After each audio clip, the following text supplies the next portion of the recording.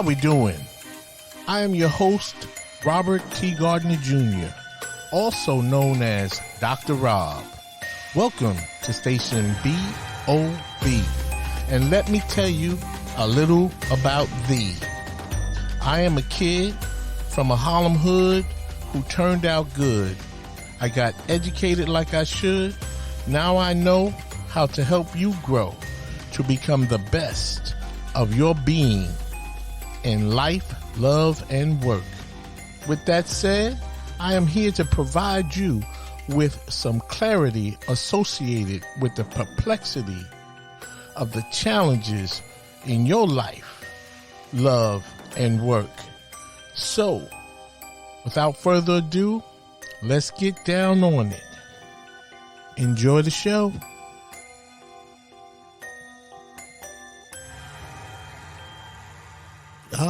Yes. Welcome once again, my friend, to Station BOB, where you listen to learn how to become the best of your being in life, love, and work. I am your host, Dr. Rob, and as always, I'm excited and happy to be with you tonight. And I really have a special show because I have a special guest. Last week, I did part 1 of this topic, which is on a one-night stand, who is more responsible to prevent a pregnancy that may lead to a fatherless child? Is it the man or is it the woman?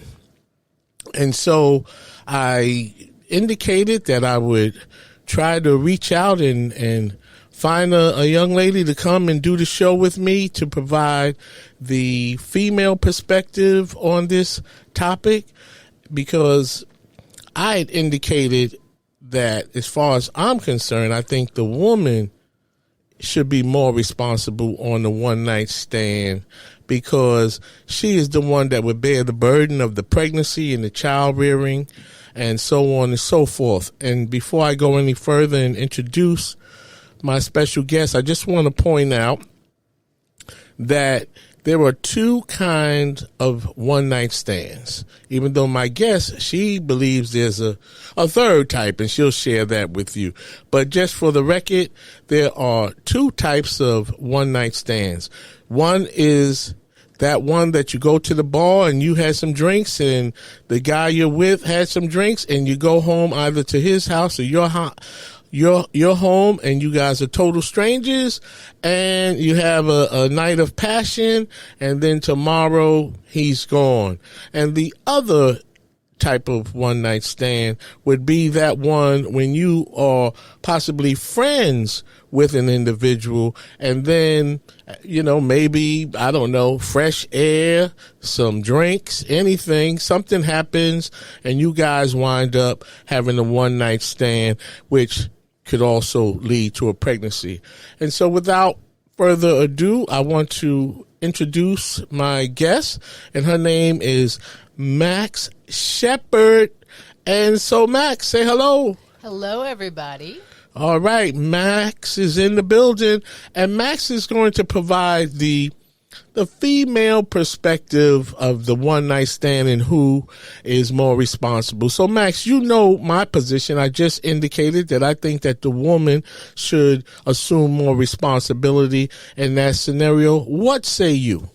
I think it's a little more complicated than just who bears the responsibility at the end of the day. I think 2 people go in there and the guy knows there's a possibility he can get a girl pregnant.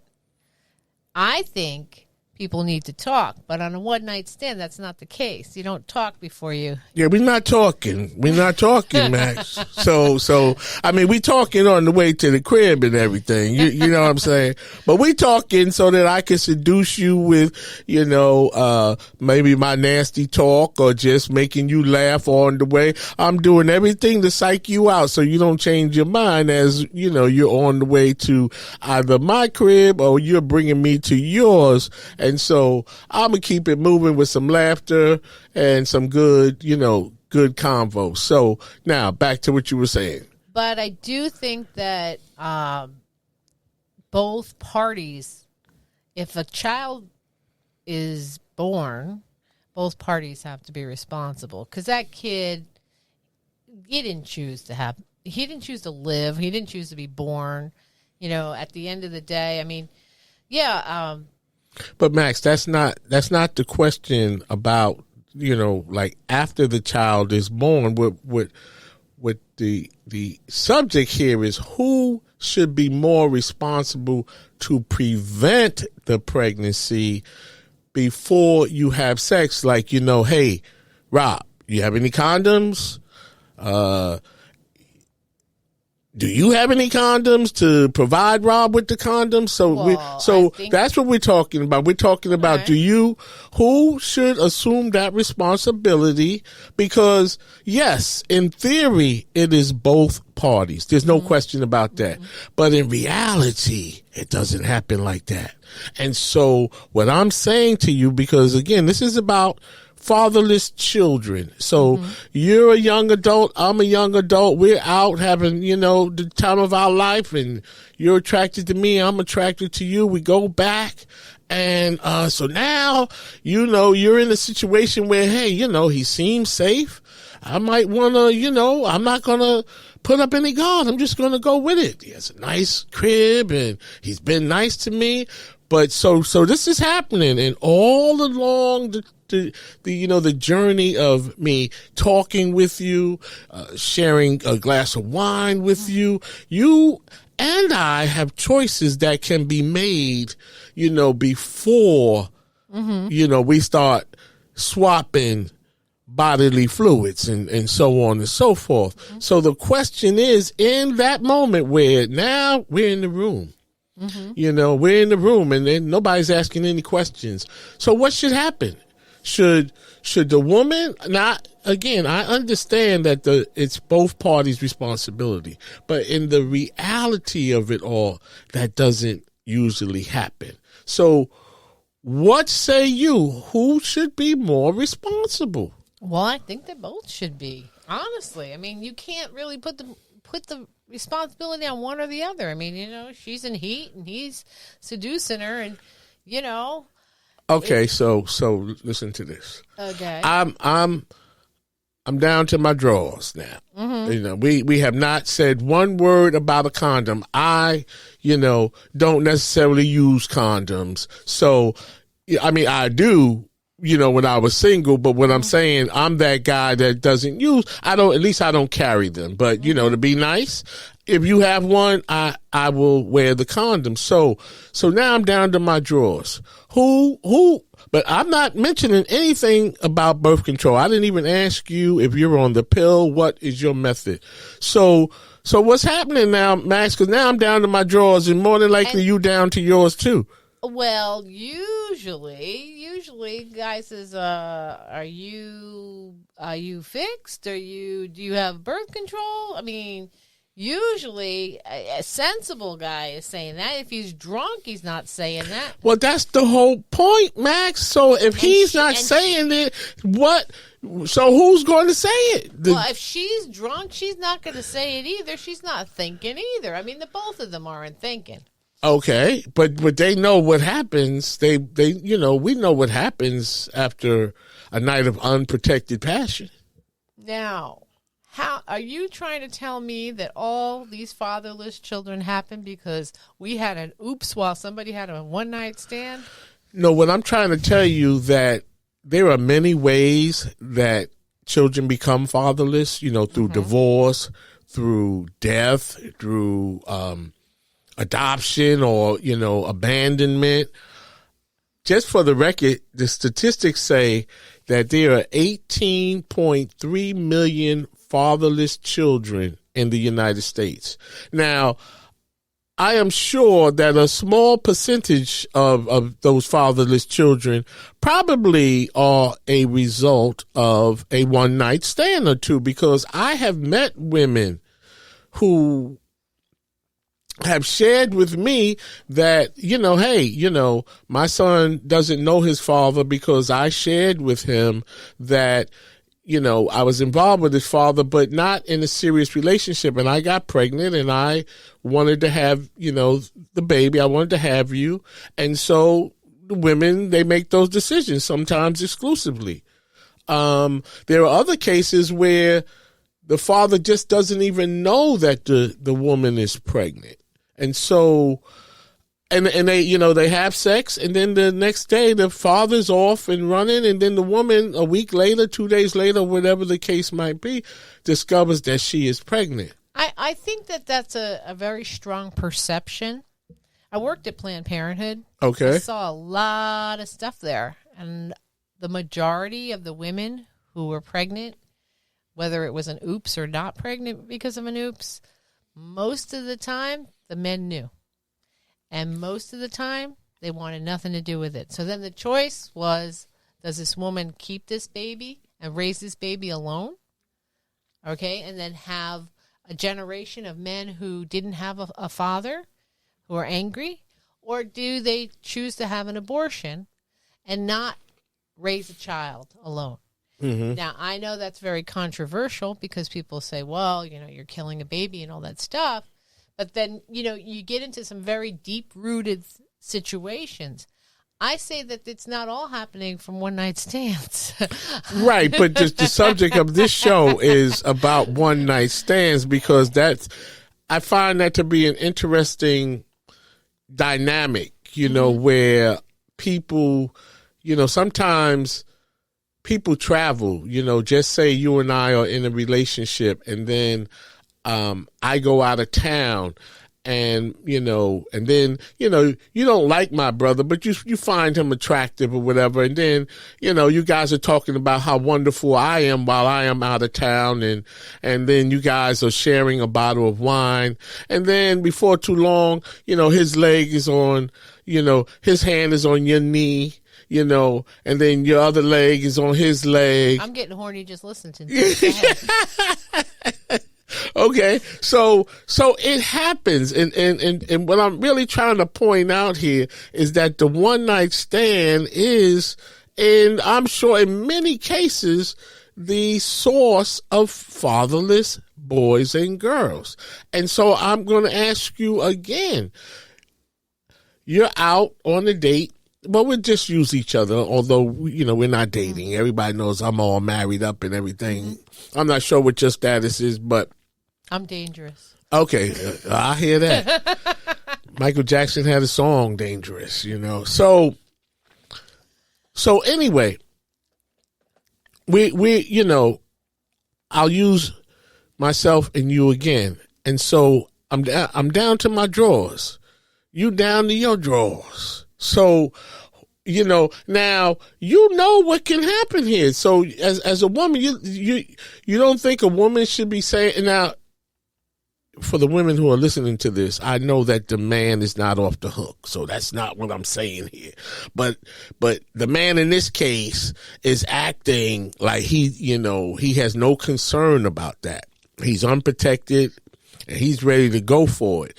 So my question is, should the woman say, hey, I want this, but do you have any condoms? Or I have some condoms in my bag and I'd like for you to use them. I mean, that's what we're talking about here. We're talking about who is more responsible or who should be more responsible on a one night stand to prevent a pregnancy that could lead to a fatherless child. And my position is, I think the woman should take that responsibility because she is the one that will be pregnant and carry that baby. And because remember, the next day the guy is gone.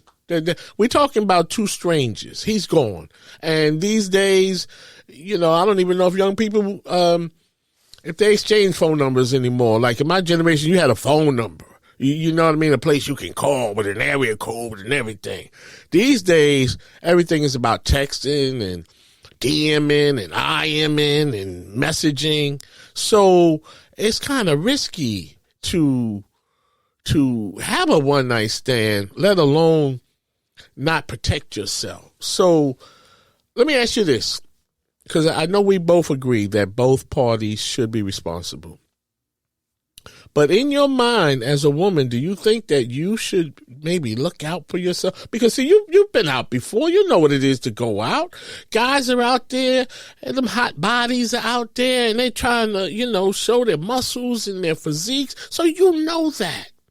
So even before you leave the house, should you be thinking, hey, I could get into something and, it's the springtime, been locked up in the house all winter long. It's spring now, and Frankie might be there tonight, and Frankie don't know I know he's Frankie, but I just might look up and hook up with Frankie. So, is there anything that you think a woman should do in that regard? Well, she should be on birth control if she's going to run out. Look, for sure, to protect herself. But, if she's not, and Frankie doesn't think that there's any kind of consequences for any of his actions, he's not going to do anything. For example. Hold that thought. I have to let a promo in. But when we come back on the other side, Max is going to provide an example of what Frankie should do, or what's your example going to be about? The consequences in other situations. Okay, so hold that thought, and we'll pick it up on the other side of the break. Relationship Readiness Life and Work Preparedness Services, the place you come to for coaching, consulting, and counseling in life, love, and work. We are a multi-purpose service organization that will coach you up, educate, guide, and motivate you to succeed. We provide management training and consulting services for all businesses in the areas of employee relations, unionized employees, progressive discipline, the annual review process, and emotional intelligence to develop effective leaders for your organization. And our relationship counseling services for individuals, couples, groups show you how to become relationship ready with improved self-esteem, resilience, and self-awareness. To learn more about our programs and services, please contact Robert T. Gardner Jr. by email at changeagentrtg@gmail.com or request a meeting for a free 1-hour consultation at relationshipreadiness.org. Thank you, and let's go back to Station BOB. Okay, welcome back. So, Max, let me how you doing? You okay so far? I'm doing great. I don't think I brought you in properly. Let me just see what the audience thinks about Max. So, let me know what you think about Max.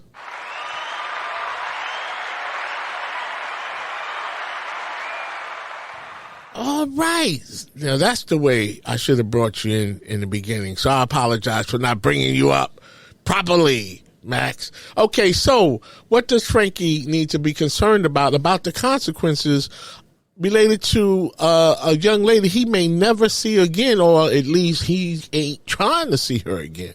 Okay, so if Frankie goes out and he has consequences at work, if he does something to a woman at work, or if he did what? If he goes at work, if he tries to hit on a woman at work, okay, there's consequences right away. Today, everybody's very, very conscientious about what they do at work, right? Right, but that's where we meet I met my wife at work. Okay, so at work, if a guy hits on a woman at work, or a boss hits on a secretary at work, or if a woman hits on a guy at work, there's sexual harassment cases, right? We can ask Governor Cuomo about that. That's right. I like Governor Cuomo. No, I really do.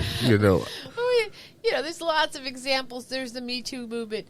Now, your friend Frankie, he now goes and he gets drunk and he wants to get into this lady. No, hold on, wait. So now Frankie done left. He done left the girl from last night. So now you're saying that he's where's he now? Where's he now? That he's going to experience these consequences. So if this girl he met up with turns out to be cray-cray. Okay. And he had no idea. There's right. lots of movies about this. Uh-huh. And then she starts stalking him, or she ends up pregnant or something else.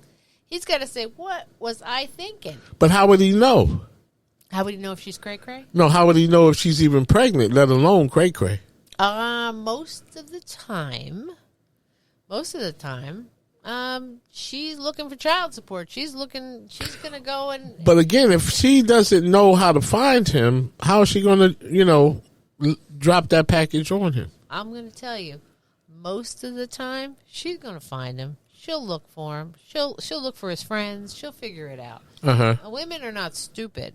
Well, I'm not saying that. I'm definitely not saying that. But, and again, most of the time that these are fatherless children, and I'm getting back to it, it's a small percentage where the woman does not ever see that man again. Okay, majority of the time, it's a situation where she knew him, or she was involved with him. Maybe it was a short situation, but she was involved with him. She'd had sexual relations with him a couple of times, and she ended up pregnant on one of those 3 times. It's not usually the one-night stand. Now, don't get me wrong. I love one-night stands. Is that right? well, give me your version of the, I had mentioned that there was according to you, you say there's 2, which would include yours.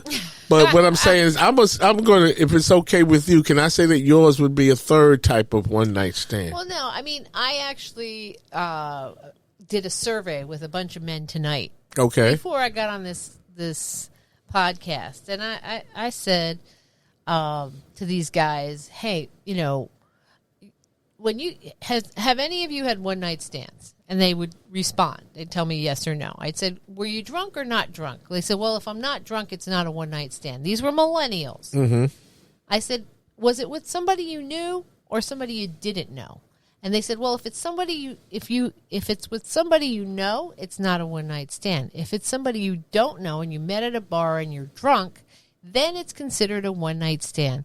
So these were millennial men, probably about 20 of them, in their 20s to 30s, who came up with this.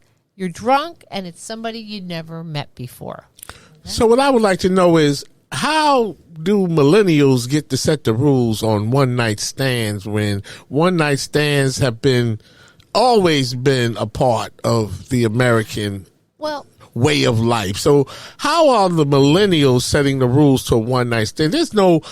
Everybody doesn't drink. There's no women will go out to a club. A guy will go out to a club. People are working out. They'll drink juice, but they don't need the stimulation of alcohol, but they are still attractive. They still figure out how to lure the woman to go with them, or vice versa. Sometimes the women say, well, I wanted it. So they are the more assertive one, but everybody's not getting drunk, but they can still be strangers and go home and have a one-night stand. What does alcohol, I believe makes the one-night stand easier, but what does alcohol have to do with determining whether or not it's a one-night stand? Well, what they said was, if I'm not drunk, then I gotta act like I like the person. Oh, that's some millennial stuff, because see, I'm not going home with a girl just because she's a girl. I'm going to have some type of attraction to her. I don't know what they're talking about. Well, people look a little better when they're drunk. Yeah, but I like to double check. I like to know, I don't want to, I'm not going to do, if I'm not interested, if there's it would have to even be more than a remote attraction. It would have to, you'd have to be that one, because I would be okay if we woke up and we decided that we wanted to, be an item. I would be okay with that if it's working out that way. You were not drunk enough. No, listen, I've been drunk before, you know what I mean? And we don't know what we're doing when we're drunk in many cases. But my real point is, I don't know where millennials get off, being able to set the rules for what a one-night stand is. And they just learning how to pee straight in many cases. Well, I'm not going to discredit millennials because the way they're very fluid in the way they look at relationships. Millennials have this whole thing about friends with benefits. Okay. And that is, I understand that might have been a common back in our day, but it is even more prevalent today. Well, didn't you say, I think you said to me earlier that the millennials said that would be if you have a one night stand and the other person is not drunk or something like that, that one night stand would be equivalent to friends with benefits. Exactly. So how are we friends and we don't even know each other? So, friends with benefits from my generation, which, goes way back to the Abe Lincoln days. But friends with benefits, that's an ongoing scenario. That's an ongoing, it's not a one night stand because, first of all, we're not even friends. You're not a friend one night that you meet in a club and then we're not even, intoxicated. So we go to some quiet place, maybe even the car, and we have, this hot, passionate love, 5 minutes, you know what I'm saying? 5 or 7 minutes. So friends with benefits are not the result of a one night stand. That I can safely say, and I'm sure I can find some people to agree with me on that a one night stand is not friends with benefits. Well, I also asked them, if you met somebody on a Tinder date and you ended up sleeping with them, would that be considered a one night stand? Well, what is a Tinder date? I never heard. It's online dating. Tinder? Why is it called a Tinder date? Well, they have different online websites. One is Tinder. Okay. One is Plenty of Fish, and one is Cupid. Okay, Cupid. There's all different kinds of dating services. So if you met somebody on a Tinder date or Bumble date, and you slept with them the first night, is that considered a one night stand? Well, is there an intention to further the relationship?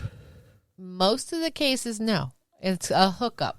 Well, that's a one night stand. That would be a one night stand. No. According to my survey, with the millennials? With the millennials. I got to get out more to see who these millennials are. But go ahead. What's the results of your survey? What does the survey says? The survey says Tinder dates are not considered one night stands because you communicate with them before you actually go on the date. So you text them or you talk to them on the phone. So now your identity is known. Okay. So the only way it's considered, I was surprised at this because I've had these kind of dates and you end up with them and then you never see them again. So I thought that was a one-night stand, but that's not a one-night stand because you still have their phone number and their identity. Now, one-night stand, according to these millennials, is only if you're drunk in a bar and you meet a strange person and you hook up with them without any real conversation. Right. And then you never, ever see them again. I would say that's an authentic one-night stand, and that really is the point because that is a scenario that could lead to a fatherless child. And that is the essence of this discussion. That type of one night, not the friends with benefits, not the one night stand that would be a result of we've been friends for 3 years and all of a sudden, it's the spring and the summertime and we were walking the beach and we just went under the boardwalk and just tore it up. So that's not what we're talking about. We're talking about the strangers, coming together from the bar, from the club, from the mall, wherever they first met, and going home to somebody's house or place of residence and having a one-night stand. That's what this is about. So it does not go back to your scenario earlier where, I'm hooking up with your brother But that was just a sidebar. That's another podcast. You know what I mean? It sounds like a Dr. Phil situation. Well, the issue with that is, can you forgive? That's what the real issue is. I'm going to do a podcast on that. Can you forgive your brother or sister if they had sex and got pregnant by your fiance while you traveled out of town on business? Wow, that's deep, and that's a Dr. Phil stuff. I'm telling you. Well, but that's how deep forgiveness goes, because see, people tend to hold on and don't want to forgive. But that's another podcast, and I think that's another, I call my topics top topics. Unlike Wendy Williams, she had hot topics, and I have top topics, because I think that these things should be right out in front and discussed. I try to address subjects that are not talked about, but they happen in life on the regular. And so we need to shed some light on them, because there's somebody right now who had a one night stand and just had a pregnancy test, and was it turned blue when it's positive? Oh, I don't remember that. Okay, neither do I. But what I'm saying is, somebody just looked at the test results, from a pregnancy, over-the-counter pregnancy test, and after a one-night stand, maybe several days ago, and discovered that they are pregnant. And so that's what we're talking about. And I'm finding that you are not taking a stand. You're not declaring, it seems to me, I don't want to jump the gun, that you don't think that the woman, and it's okay that you don't think that the woman should be that one to protect her. This is about self-preservation. Like, if you're going to have a one night stand, see, I know people that every time they have sex, they make a baby. It's like, you don't have to make a baby every time you have sex and have 5, 6 different mothers or baby mamas for your children. That, to me, that's insane. You talking about a man who makes a baby? Or a woman? Yes, I know people who, and they're not like doing this on purpose. It's just that that's the way these are the choices that they make. I remember when I was, I'm from Harlem. I grew up, from public housing projects.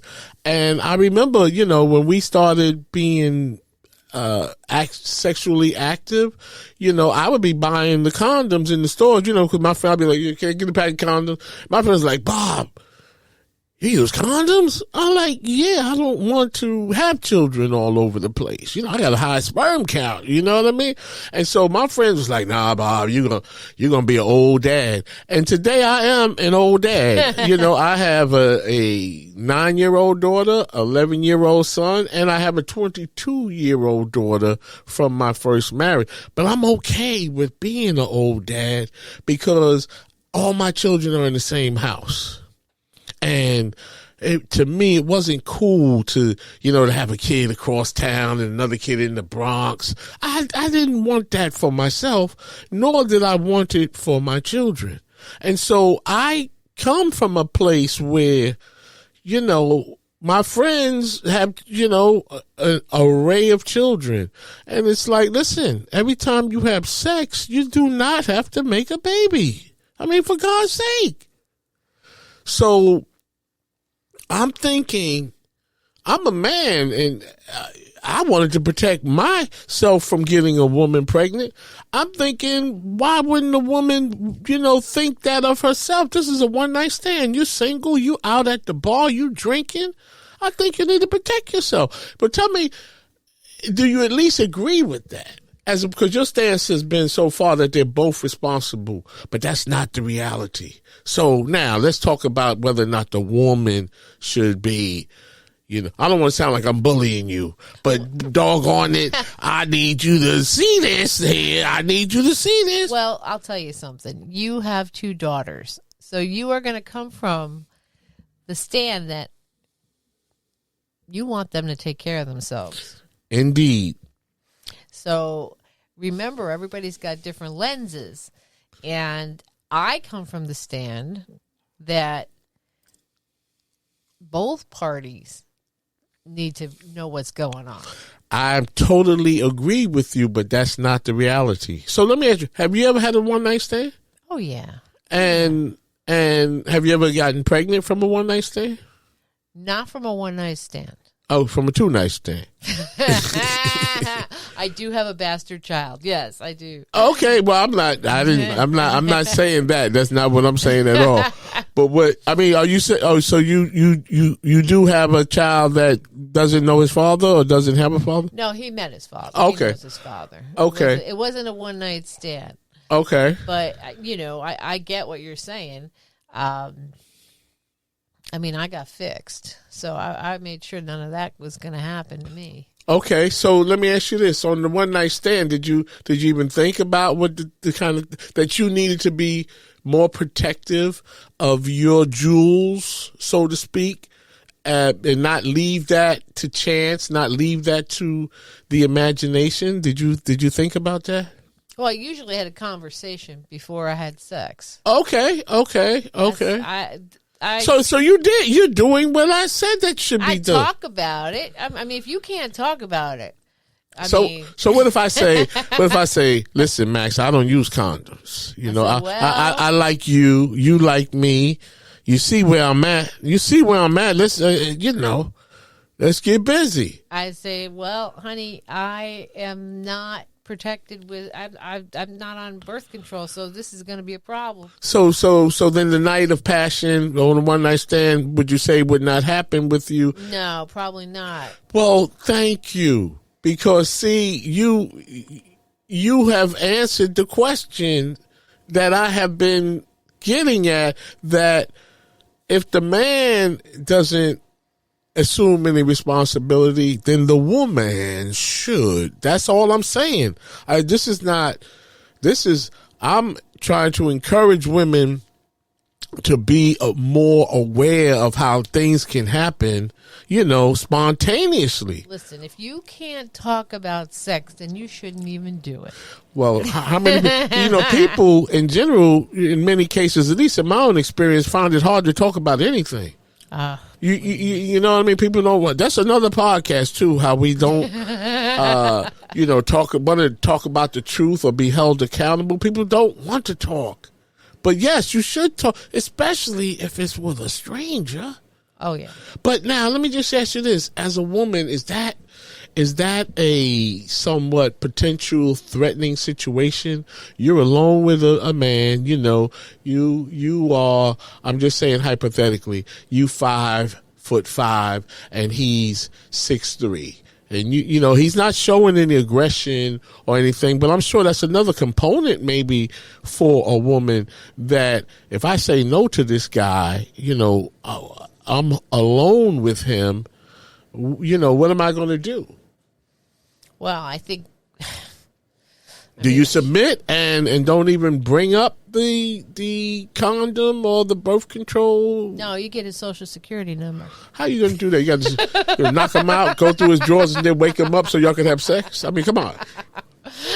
I mean, you find out everything you can. How you can't find out people's social security number? I'm joking. You can't get his SS number, but I mean, you could find out everything about him. What's your name? What's your phone number? What's your mother's name? You could. But what I'm talking about is that a component for a woman to feel like, I want to tell him, but what if he forces himself on me? Well, that's a whole nother story. That's rape.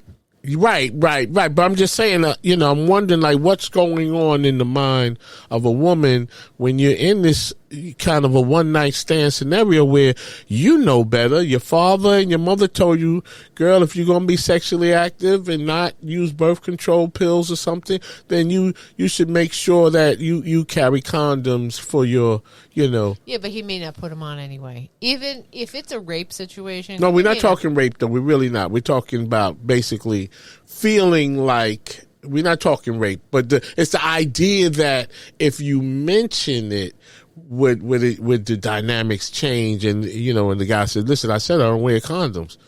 And you say, "Well, hey, it's too bad.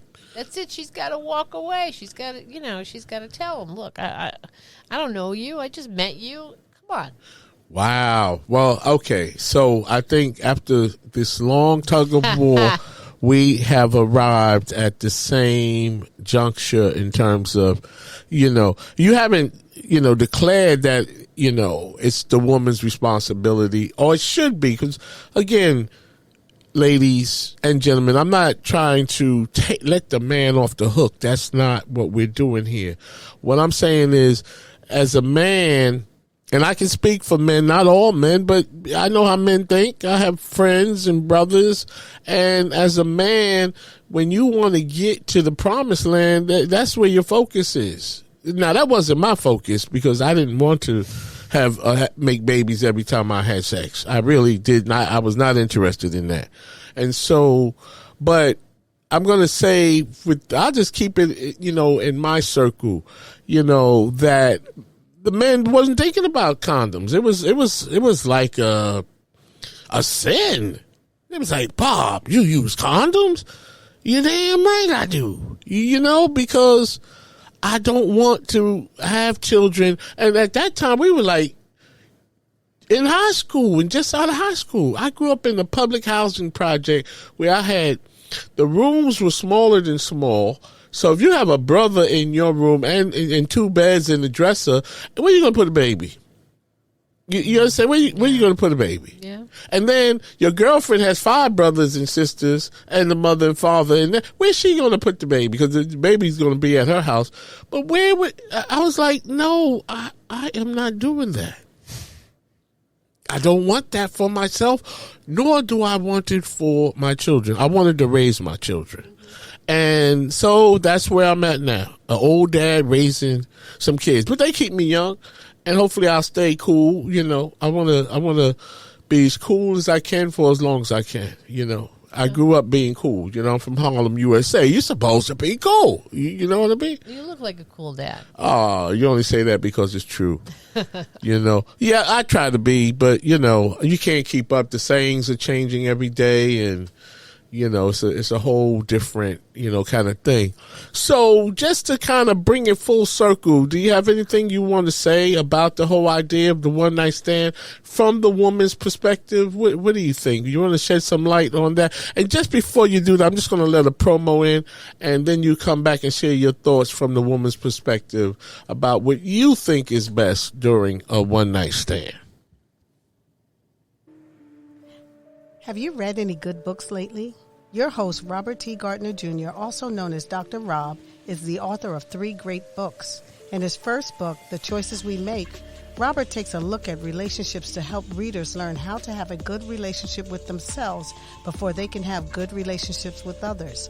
In his second book, Access Denied, Robert brings an eye-opening perspective about what happens to children and fathers when their relationships with the mothers of their children end on bad terms. Robert explores what he calls child porn, when a parent, usually the mother, uses a child as a weapon to hurt the other parent. Robert provides a let-go lab in his book to help parents find positive ways to resolve their issues in the best interest of their children. Light Up Your Life is Robert's latest book. Robert writes about the fact that we are all born with a special God-given talent. Even though we are all born with a special talent, most of us miss our true calling. In this book, you will learn how to find your special talent and light up your life so that you can become the person you were born to be and live a more fulfilled, purpose-driven life. Books are available at barnesandnobles.com, amazon.com, and Robert's website, relationshipreadiness.org. Thank you, and back to the show. All right, welcome back. I forgot to mention that Max is also a stand-up comedian. Is that right, Max? Yes. The reason why I brought that up because during my podcast, I like to take a moment to laugh because I think laughter is, good, healing. It doesn't cost anything to laugh. And I think, we should all take a moment to laugh. So now is that time. I don't know if Max... Maybe she has a joke. Can you make us laugh with a joke? Sure. You have a quick joke, Max? I don't know about this whole thing. Before I came on this, I thought, I love one-night stands. They're great. They're like eating food from a street vendor. It tastes so great. It fills the void, and it's delicious in New York City anyway. But like hours later, you feel sick. So, why do you feel sick? It's because it's greasy food. Oh. It's food that's rough on your stomach. After it tastes delicious when you're having it, though. I'll tell you that. And there's an element of danger with a one night stand. That people kind of like to live on the edge. So I am not saying anyone should not have one night stands. In your life before you get married and have kids, you should definitely have a one night stand. Okay, I think that's something to laugh about. Let's take a moment to laugh.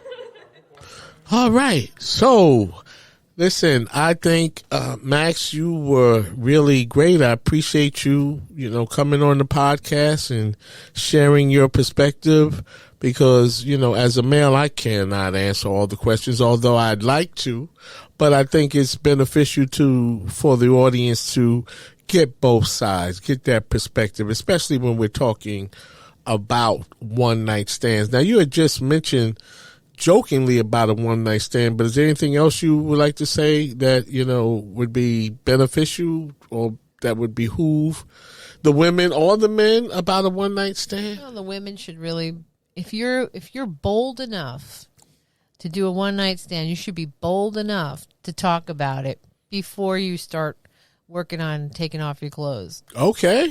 So now where you start talking about it? In the car, on the train, or, when you're at the crib and you're about to get busy? When do I think on the train ride to the crib. But suppose the guy, well, you don't know that it's going to be. Suppose he just enjoying your company. Yeah, but Oh, well, what? Can I tell you something about a potential one night stand that I thought? Well, this is what happened. This is a true story. I was in graduate school and I wasn't looking for a one night stand. I didn't know that it, would even lead to that. But this is the story. I was living in the Bronx at the time, and I was a graduate student at NYU, and I'm studying. But it was it was around May. The weather was breaking, and so in Harlem they used to have a lot of vendors on 125th Street where you can go and look at books and T-shirts, and it was also kind of a place that you can meet women and women can meet men. It was like that kind of really social thing. So. And this is on the subject of the one night stand, but I just got to tell you what happened to me. You're talking about consequences. So anyway, I'm at a book, at a table with books. So this young lady, very attractive. Matter of fact, I think her name was Apple or something. This is before the Apple phone, but she just had an unusual name, and she was very attractive. And we were talking, about life and different situations, but we were talking about books, and she said, well, some of the books that I was talking to you about, I have at my apartment. You want to come back with me and, see my books? I was like, what? I'm thinking, now that wasn't my intention, but I'm like, wow, I'm just meeting this young lady and she's inviting me back to the crib. I was like, whoa. So anyway, we were on 125th Street and she lived on 116th Street. So it's 9 blocks, but it was a short walk. And it's just, the weather was nice. So I'm walking with her, and on the way to her apartment, she's saying, well, I have to check on my babies. And I'm saying to myself, damn, she got kids? Because I didn't have any children at the time. I'm still single. I'm in grad school. So, so now that's in my mind. She done planted that seed. She got to go home. And she said babies, plural, and she was really attractive. I could see her having babies, So anyway, we get to the apartment building and we're going up the stairs. But now I'm saying, do you really want to go in here? This woman got kids, and you went, I'm not trying to, I've dated girls with kids, but I thought I was, this might be my lucky day. If there are kids at the house, there's nothing going to be happening. You know what I'm saying? So I'm going up the steps, and I'm like, should you just turn around? I said, nah, go in. So she opens the door, and it turns out that her baby, she had 3 pit bulls. And one was chained to the door, and the other 2 were walking around the house, and they had like scratches on them as if they, maybe the dogs might have some spats where they were scarred. So now I'm saying, Rob, you did. You know, you done followed this girl back to her apartment. You're probably going to get robbed and thrown out the window. So these are my thoughts. And at the same time, I'm like, I have to be cool because I don't want to panic. So she said, I'm going to go in the back to look for my books. So at this point, I'm like, this is my time to break out of here.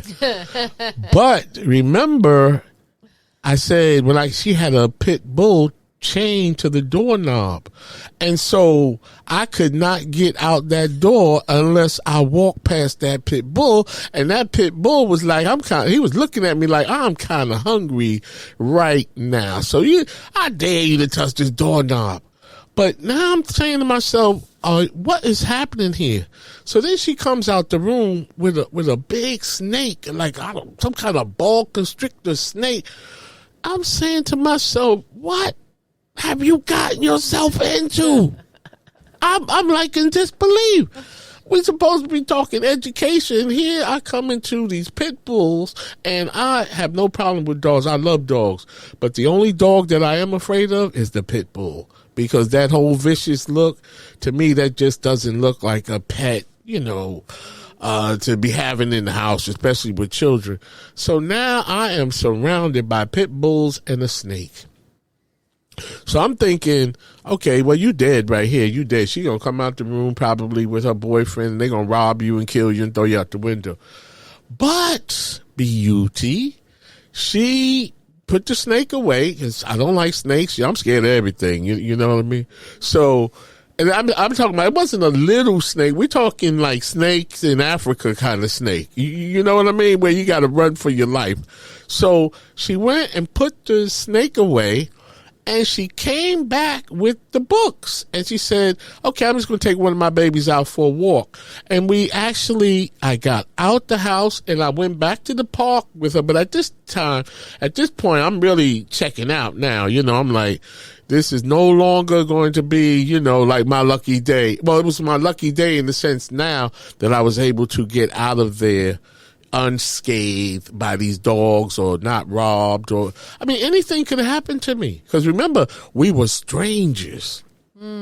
Stranger danger. Well, so I go to the park, I walk with her and we talk, but I'm at this point I'm checking out, and eventually I was able to get out of there unscathed.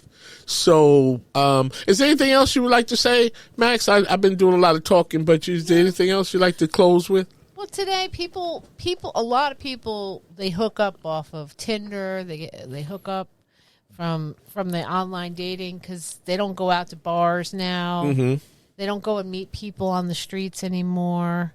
So they're still strangers, but people don't think they're strangers. Right. Everybody's just friendly.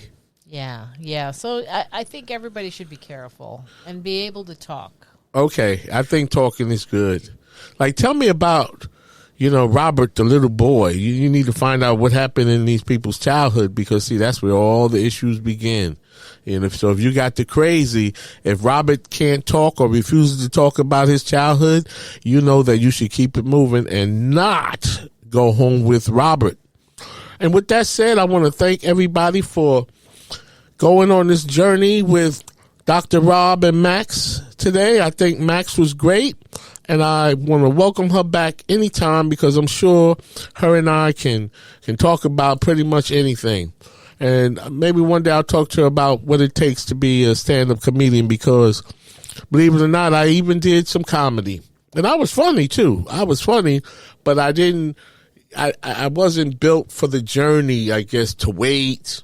And, that's a whole other subject.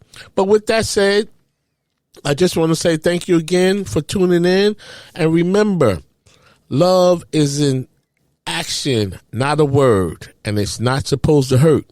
Until the next time we meet again, I'll talk to you later. Peace.